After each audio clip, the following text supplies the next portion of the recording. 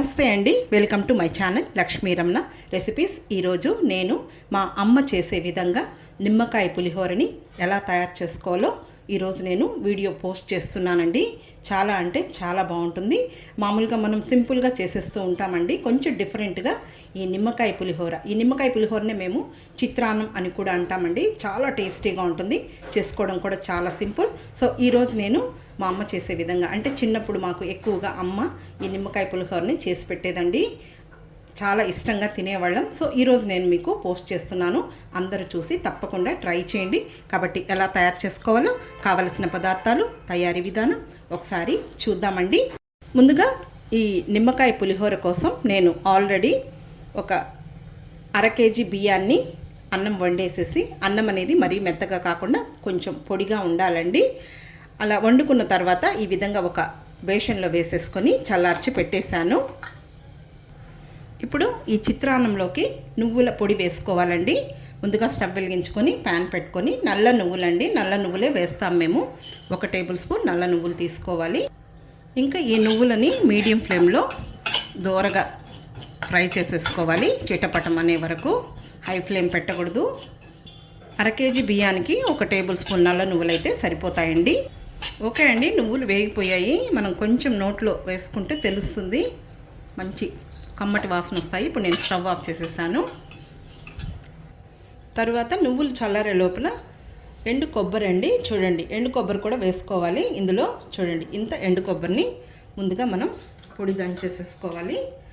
మీకు మిక్సీలో కూడా చేసుకోవచ్చు, నేనైతే రోట్లో దంచుతున్నాను. ఇప్పుడు దీన్ని మనం కొబ్బరి పొడి చేసుకోవాలి. అంటే కొబ్బరి తురగకుండా ఈ విధంగా దంచుకొని వేసుకోవాలి. చూడండి, కొబ్బరి పొడి రెడీ అయిపోయింది. దీన్ని తీసి పక్కన పెట్టేసుకుందాము. చూడండి, ఈ విధంగా ఉండాలి. తర్వాత ఇందులో 1 టీ స్పూన్ పుట్నాల పప్పులండి. దీన్ని కూడా కొంచెం బరకగా కచ్చాపచ్చగా దంచుకోవాలి. అంటే వీటన్నింటిని కూడా ముందుగానే పొడి చేసి పెట్టుకొని కూడా క్విక్గా చేసుకోవచ్చండి, కానీ నేను అలా చేయనండి, అప్పటికప్పుడు ఫ్రెష్గా దంచి వేసుకుంటాను. చాలండి, చూడండి ఈ విధంగా ఉండాలి. ఇది కూడా పక్కన పెట్టేసేసుకుందాము తీసుకొని. తర్వాత నువ్వులు చల్లారిపోయాయి, నువ్వులు కూడా వేసేసుకొని, ఈ నువ్వులు కూడా మెత్తగా దంచుకోకూడదు, కొంచెం లైట్గా బరగ్గా ఉండాలి. ఈ నువ్వులు దంచుతుంటే కమ్మటి వాసన వస్తుందండి. నువ్వుల పచ్చడి కూడా చాలా బాగుంటుంది. మా అత్త కూడా కొంచెం ఈ నిమ్మకాయ పులిహోరని ఇంకొంచెం డిఫరెంట్ స్టైల్లో చేస్తుందండి. నేను అది కూడా మీకు వీడియో అప్లోడ్ చేస్తాను. అత్తగారు అయితే ప్రస్తుతం ఇప్పుడు లేరండి. అంతే అండి, నువ్వులు కూడా మెత్తగా దంచకూడదు, చూడండి ఈ విధంగా ఉండాలి. ఇది కూడా తీసి పక్కన పెట్టేసుకుందాము. ఇంకా ఇప్పుడు ఇందులో 4 పచ్చిమిరపకాయలండి. తర్వాత కొద్దిగా అల్లం పైన తాట తీసి వేసుకోవాలి. ముందుగానే మనం ఇది దంచుకోకూడదు, కొద్దిగా తడి ఉంటుంది కాబట్టి ఆ పొళ్ళు దంచుకున్న తర్వాత మళ్ళీ చివరగా ఇవి దంచుకోవాలి. ఇప్పుడు కొద్దిగా రాళ్ళుప్పు వేసుకుందాము. ఇంకా ఇప్పుడు ఇవి దంచేసుకోవాలి, కంట్లో పడకుండా జాగ్రత్తగా. ఇది కూడా కచ్చా పచ్చాగానే దంచాలి, మెత్తగా దంచకూడదు. అంతే అండి, చాలు. అప్పుడే నిమ్మకాయ పులిహోర స్మెల్ వచ్చేస్తుందండి. ఇవన్నీ దంచుతూనే చూడండి ఈ విధంగా దంచుకోవాలి. అంతే అండి, ఇవి దంచడం అయిపోయింది. తర్వాత ఆ రైస్కి ఈ సైజులో ఉన్న నిమ్మకాయలు 2 అయితే సరిపోతాయండి, కొంచెం పెద్దగానే ఉన్నాయి. వీటిని మనం మళ్ళీ పోపు చేసిన తర్వాత పులుసు తీసుకోవాలి. ఇప్పుడు స్టవ్ వెలిగించుకొని ప్యాన్ పెట్టేసుకుందాము. ఒక 3 టేబుల్ స్పూన్ల నూనె వేసుకుందాం. కొంచెం నూనె ఎక్కువగా ఉన్నా కూడా బాగుంటుంది, మీకు కావాలంటే ఇంకొద్దిగా ఎక్కువ కూడా వేసుకోవచ్చు. నూనె వేడెక్కిందండి. ఆవాలు 1 1/2 టీ స్పూన్, పల్లీలు 2 టేబుల్ స్పూన్లు. ఇవి కొద్దిగా వేగిన తర్వాత మళ్ళీ పచ్చెనగపప్పు అవి వేసుకోవాలి. కొద్దిగా వేగాయి. ఇప్పుడు ఇందులో 1 టేబుల్ స్పూన్ పచ్చిశనగపప్పు. ఈ పోపు దినుసులు కొద్దిగా ఎక్కువ వేసుకుంటే బాగుంటుంది. 1 టేబుల్ స్పూన్ మినప్పప్పు, 1/2 టీ స్పూన్ జీలకర్ర, అలాగే 10 వెల్లుల్లి రెబ్బలండి మేము వేస్తాం, బాగుంటుంది. పొట్టు తీసి వేసుకోవాలి. ఒక 4 ఎండుమిరపకాయలండి, తొడిమిరతో సహా వేస్తాం, కొంచెం చివర్లు మాత్రం తుంచి వేసుకోవాలి. అలాగే ఇంకొక 2 పచ్చిమిరపకాయలు ఇలా నిలువుగా కట్ చేసి వేసుకోవాలి. అంటే మనం అక్కడ కొంచెం దంచాము, కానీ తినేటప్పుడు ఈ విధంగా ఉంటే బాగుంటుంది. ఇప్పుడు ఇవి వేగాయి. ఇప్పుడు ఇందులో కరివేపాకు వేసుకున్నాము. చూడండి, ఇప్పుడు ఇదంతా వేగింది కదా. ఇవి పోపు దినుసులు కొంచెం నిమ్మకాయ రసం వేస్తామండి. సో అందుకని కొంచెం మెత్తగా అయిపోయినట్టు అవుతాయి, క్రిస్పీగా ఉండాలి కాబట్టి. వీటిలో మనం ఒక సొగం తీసేసి పక్కన పెట్టేసుకుందాము. ఇప్పుడు వీటిని నేను ఒక గిన్నెలోకి ఒక సొగం తీసి పక్కన పెట్టేస్తున్నాను.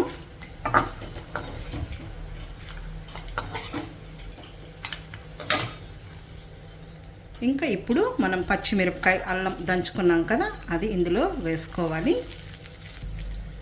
ఇప్పుడు మీడియం ఫ్లేమ్లోనే దీన్ని ఫ్రై చేసుకోవాలి. హై ఫ్లేమ్ పెట్టకూడదు, మాడిపోయిందంటే మొత్తం చిత్రాన్నం టేస్ట్ మారిపోతుంది. ఇది వేగాలండి, మళ్ళీ మాడకూడదు, అలాగే పచ్చివాసన రాకూడదు. 1 నిమిషం ఫ్రై చేసుకుంటే సరిపోతుంది మీడియం ఫ్లేమ్లో. చాలండి, వేగింది. ఇప్పుడు ఇందులో ఒక 1/2 టీ స్పూన్ పసుపు వేసుకోవాలి. అలాగే సాల్ట్ వేసుకోవాలండి. మనం ఆ పచ్చిమిరపకాయలు దంచేటప్పుడు కొద్దిగా రాళ్ళుప్పు వేసాము. ఇంకా ఇప్పుడు నిమ్మకాయ రసం పిండేసుకోవాలి. మామూలుగా మనం నిమ్మకాయ రసంని ఉడికించము, అన్నంలో వేసేస్తాం. కానీ కొద్దిగా అలా వేసేసుకొని స్టవ్ ఆఫ్ చేసుకుంటే సరిపోతుంది, చేదేం రాదు.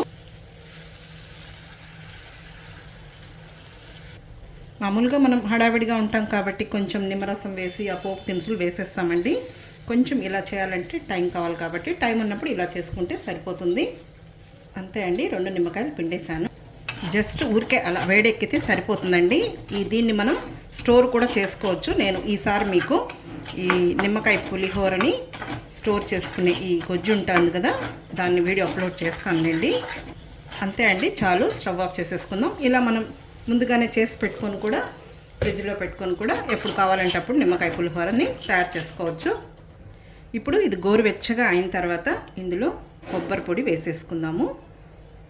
ఇంకా ఈ పొడులు అన్నంలో కలిపేసుకుంటే సరిపోతుంది. ఇప్పుడు ఇది మనం అన్నంలో కలిపేసేసుకుందాము. ఇప్పుడు ఈ అన్నంలో ఇది వేసేసుకుందాము, నిమ్మరసం వేసిన అది. తర్వాత మనం పోపు దినుసులు తీసి పెట్టుకున్నాం కదా, అవి వేసేసుకుందాము. ఇంకా ఇప్పుడు ఇదంతా కూడా కలిపేసేసుకుందాము. ముందు అంత బాగా కలిపేసుకోవాలి. మనం ఫ్రై చేసుకున్నాం కదా అండి, ఈ నిమ్మకాయ గొజ్జు అది వేసి దాంట్లో కూడా కొంచెం అన్నం వేసి ఊడ్చి వేసేసుకోవాలి. నూనె ఉంటుంది కదా, అందులో కలిపి ఇందులో వేస్తున్నాను. ఓకే అండి, ఇప్పుడు నేను ఇదంతా కూడా బాగా కలిపేశాను. ఇప్పుడు ఇందులో చివరగా పుట్నాల పొడి, అలాగే నువ్వుల పొడి. మెయిన్ ఈ నువ్వుల పొడి ఈ చిత్రాన్నంలో టేస్ట్ అనేది మంచి వాసన అయితే గుమగుమలాడిపోతూ ఉందండి. ఇంక ఇప్పుడు ఇదంతా కూడా బాగా కలిపేసేసుకోవాలి. ఓకే అండి, అంతా కలిపేశాను. అంతే అండి, చూసారు కదా మా అమ్మ చేసే విధంగా నేను ఈరోజు ఈ నిమ్మకాయ పులిహోరని, అదే చిత్రాన్నంని ఎలా ప్రిపేర్ చేశానో చాలా బాగుంటుందండి. తప్పకుండా ట్రై చేయండి. ఈసారి అమ్మ వచ్చినప్పుడు నేను అమ్మ కలిసి కూడా కొన్ని రెసిపీస్ని చేయడానికి ట్రై చేస్తానండి. ఓకే అండి, తప్పకుండా ట్రై చేసి మళ్ళీ ఎలా వచ్చిందో కామెంట్ చేయండి.